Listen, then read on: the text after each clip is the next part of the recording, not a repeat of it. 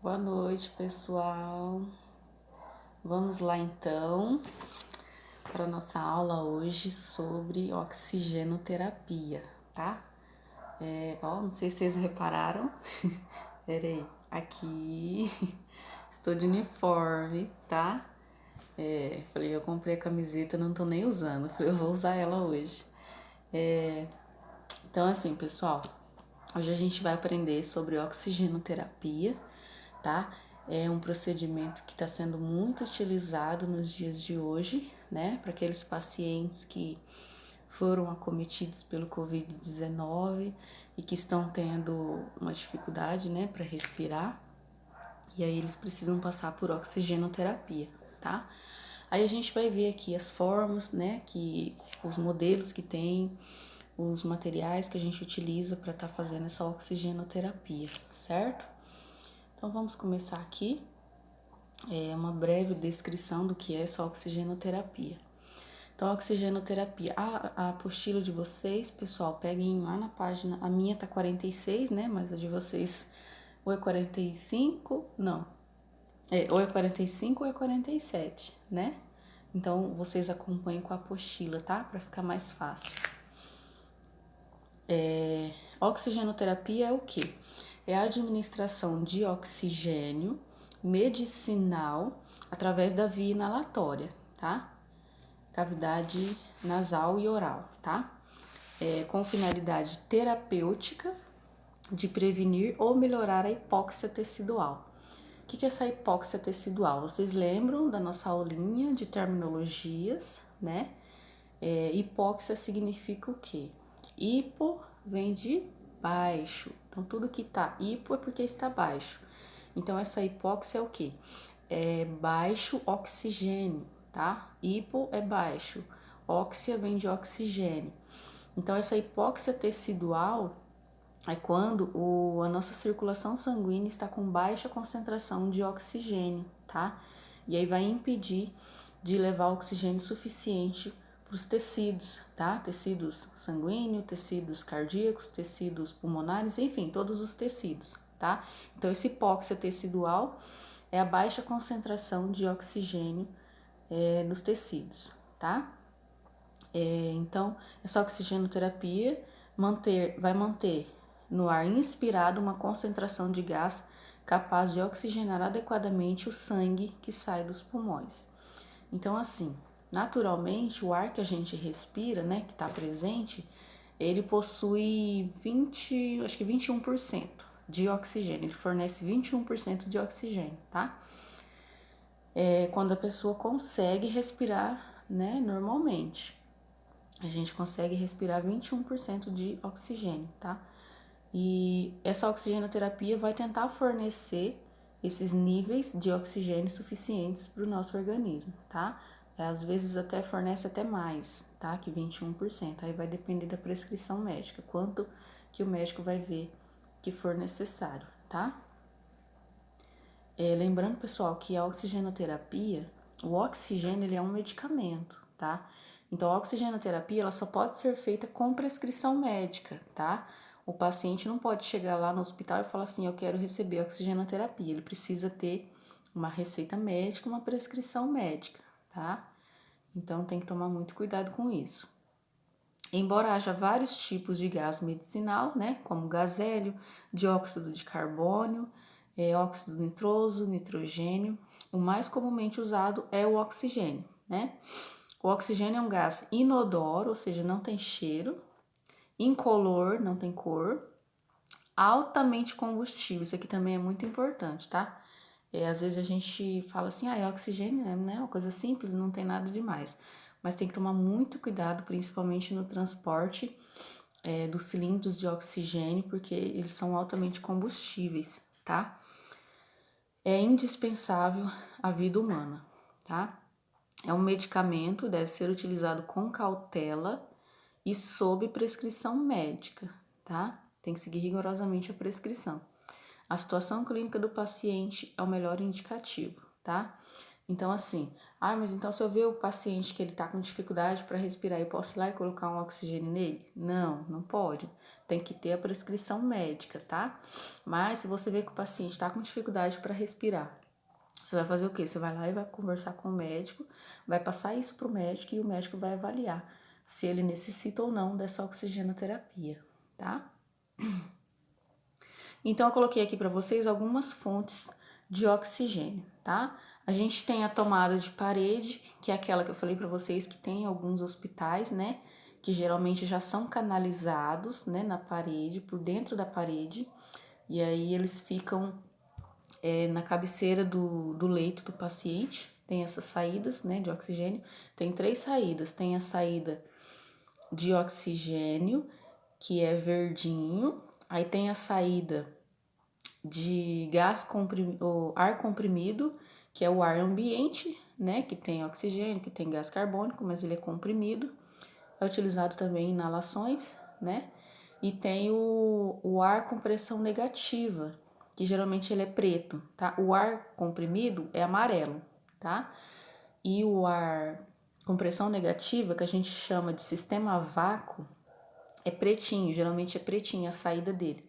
Então, para a gente fazer essa diferença, né, na hora de colocar lá o oxigênio, por exemplo, e você for no hospital que tem essa tomada de parede, e tem lá, vai ter lá essas 3 saídas, né? Alguns hospitais têm até mais, outros gases, né? Mas geralmente é só essas 3, né? Que é o oxigênio, que vai ser verdinho, o oxigênio sempre é verdinho, tá? A saída dele. O amarelinho é o ar comprimido, que a gente utiliza também nas inalações. E o ar, o sistema com pressão negativa, que a gente fala de sistema a vácuo, que a gente utiliza muito para fazer a aspiração das vias aéreas, que é o nosso próximo procedimento que a gente vai aprender, ele é preto, tá? Geralmente a saída dele ali é pretinho, tá bom? Então tem essa tomada de parede que fornece o oxigênio.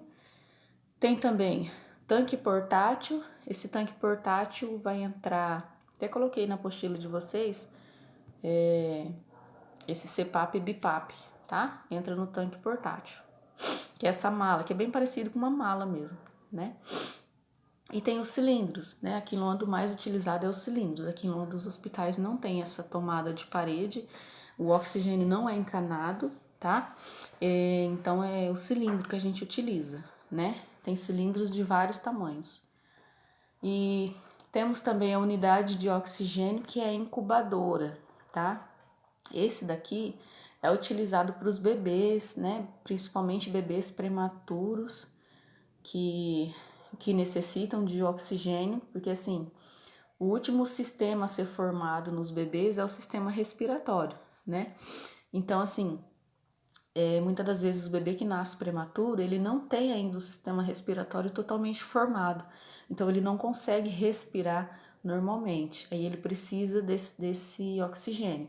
Aí a gente coloca na incubadora, que na incubadora fornece o oxigênio e também tem aquecimento, né? E a gente tem também concentrador de oxigênio, que é o CPAP e o BIPAP, tá? O que é isso, CPAP e BIPAP? Esse CPAP e BIPAP ele é muito utilizado para aquelas pessoas que têm apneia do sono, que fala, não sei, acho que vocês já ouviram falar, né? Aquelas pessoas que realmente param de respirar quando estão dormindo, né? Aquelas pessoas que roncam e que sofrem de apneia do sono, né? Param de respirar, realmente eles param de respirar por um tempo, né? Então essas pessoas assim, geralmente os médicos indicam eles utilizar esse CPAP e BIPAP. Por isso que eu falei para vocês que ele é bem parecido com uma mala, a gente chama de mala, né? Ou tanque portátil. Ele é portátil, né? Ele é tipo uma mala mesmo, assim, que aí a gente liga ele na tomada e ele vai captando o oxigênio que está no ambiente e vai filtrando. E aí vai fornecendo para o paciente o oxigênio que ele precisa, tá? E aí a gente conecta, né, o cabo extensor, a máscara, o umidificador. É bem simples de ser montado, depois qualquer hora vocês pesquisem na internet como funciona o CPAP e o BIPAP. Vocês vão ver que ele é bem simples, né?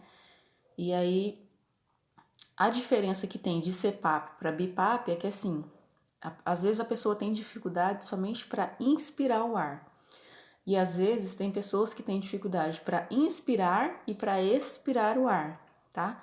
Então o CPAP ele auxilia quem tem dificuldade para inspirar, tá? Ele vai jogar o ar para dentro do paciente. E o BiPAP, por isso que vem bi é de 2, ele faz as duas funções. Então, para quem tem dificuldade de inspirar e expirar, ele vai fazer uma pressão, vai jogar o oxigênio para o paciente inspirar e ele vai ajudar o paciente a expirar também, tá? Então, essa é a diferença de CPAP e BiPAP. Aí tá, a oxigenoterapia ela é indicada quando? Ela é indicada quando o paciente apresentar respiração ruidosa, tá? Então, se você vai lá no quarto do paciente, né? Ou de repente na casa do paciente, não sei, e você verifica que o paciente está com essa respiração ruidosa, tá? O que é essa respiração ruidosa? Lembra que eu falei para vocês na nossa aula de nebulização dos pacientes que têm asma, que têm bronquite, que quando eles estão assim atacados, a gente vê que a respiração deles fica tipo assoviando, que a gente chama de sibilos, né? Ele puxa o ar, você vê que o ar vem com dificuldade, ele começa a assoviar, tá? Fazer sibilos. Essa que a gente chama de respiração ruidosa, tá? Então, se você vê que o paciente está com essa respiração ruidosa, é porque esse paciente está com alguma dificuldade para respirar. Então, você já vai comunicar ao médico para ver se o médico vai indicar, prescrever a oxigenoterapia ou não, tá? Pacientes que estão com dificuldade ou impossibilidade de respirar estando deitados.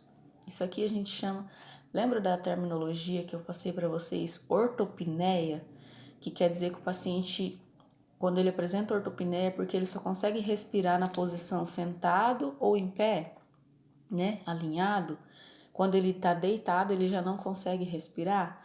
Então, isso aí a gente tem que ficar atento também, porque ele pode estar precisando, necessitando de oxigenoterapia, tá? Saturação menor que 90%. Isso aqui, eu também falei para vocês que tem um aparelhinho chamado oxímetro, tá? Que é aquele aparelhinho que a gente coloca no dedo, tá? E até falei para vocês, se vocês quiserem comprar, porque ele verifica a saturação de oxigênio no sangue e ele verifica também os batimentos cardíacos, o pulso, tá? Então, assim, você colocou o oxímetro e essa saturação está abaixo de 90%, ele dá em porcentagem, tá? A saturação. Se estiver abaixo de 90%, é porque ele vai necessitar de oxigenoterapia, tá?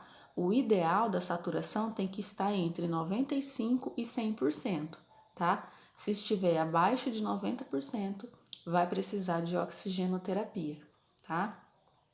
Quando está abaixo de 70%, se eu não me engano, aí já precisa entubar o paciente, né? Que daí ele já tá com bastante dificuldade. Taquipneia ou taquicardia. O paciente que está com dificuldade para respirar, ele vai apresentar taquipneia, que é respiração acelerada, e taquicardia, tá? Os batimentos vão começar a aumentar, porque eles vão tentar suprir essa falta de oxigênio. Aí é onde vai aumentar os batimentos cardíacos e vai aumentar os movimentos respiratórios, tá? Então, se você observar o paciente, ver que ele está taquipneico e taquicárdico, é um sinal de que ele está com hipóxia, tá? Uma insuficiência de oxigenação no sangue, tá? Batimentos de asa de nariz. Isso aqui acontece muito em crianças, tá? É mais raro no cliente adulto. Por quê? Geralmente a criança, ela tem essas partezinhas aqui do nariz mais molinho, né?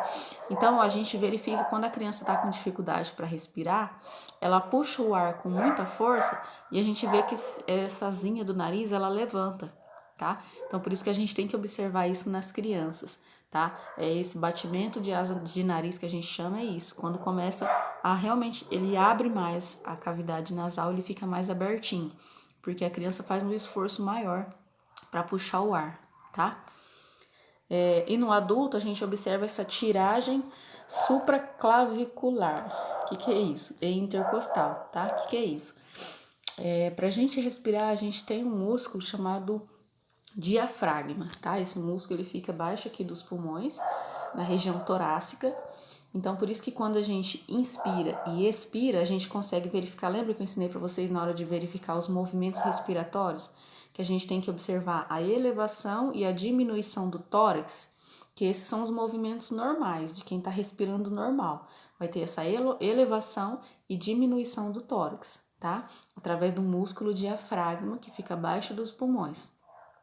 Quando a pessoa está com dificuldade para respirar, ou seja, ela está com uma baixa concentração de oxigênio, ela começa a utilizar a musculatura acessória, que a gente chama, que são os da clavicular, que é aqui, né? Clavícula a gente vê que é aqui, e intercostais é aqui de trás, que aí você consegue observar na respiração do paciente que ele utiliza também desses músculos. Então ele começa a puxar o ar, você vê que tem essa elevação não só do tórax, tem essa elevação aqui da clavícula e da intercostal, tá bom? Então a gente observando isso, a gente consegue ver que esse paciente está com baixa concentração de oxigênio também, tá? Cianose, isso aqui é um sinal tardio da hipóxia, né? Cianose, todos vocês já sabem que é quando o paciente começa a apresentar as extremidades azuladas ou roxeadas, tá? Que o sangue, quando ele não tem oxigênio suficiente, ele começa a ficar azulado, a circulação ali não está suficiente, né? Então a gente observou que o paciente está tendo cianose, é um grande sinal de que ele não está tendo oxigenação suficiente, tá? Aí a gente orienta o médico, procura o médico, né, para ver se o médico pode estar prescrevendo então uma oxigenoterapia para esse paciente, se for necessário, tá? As medidas de segurança, tá, que eu deixei aqui para vocês em relação aos oxigênios, principalmente aos cilindros, tá? Não que os outros não devam ter, mas o cilindro tem que ter um cuidado maior aí, né? Sendo o oxigênio inflamável, tá? É muito importante. Por que que quando, assim, um exemplo bem clássico, né? O paciente, por exemplo, paciente que está em chamas, né? Vamos pôr aqui um exemplo. O paciente está em chamas. A gente deve orientar esse paciente para ele não correr. A gente deve jogar um cobertor em cima, né? Para diminuir as chamas. Por quê? Se esse paciente ele já está em chamas e ele correr, se ele corre, vai aumentar o oxigênio ali, né? O oxigênio está no ar, então vai aumentar esse oxigênio. E o oxigênio é combustível, então vai aumentar ainda mais as chamas, né? E aí quando a gente joga o cobertor em cima, o cobertor abafa, vai diminuir a concentração de oxigênio ali, e aí é onde o fogo vai perder força, que não vai ter nenhum combustível ali para ele, e aí ele vai diminuindo, tá? O oxigênio é super combustível, tem que tomar muito cuidado, tá? Então, quais os cuidados que a gente deve ter? Não permitir que se fume, tá? No local onde tem esse oxigênio, né? Porque pode gerar faísca e pode ter uma explosão. Cuidado com os aparelhos elétricos que podem emitir faíscas, tá? Isso também é muito importante. Nunca usar graxas ou óleos nas válvulas e no manômetro do oxigênio, tá? O manômetro é a pecinha que regula ali a pressão de oxigênio.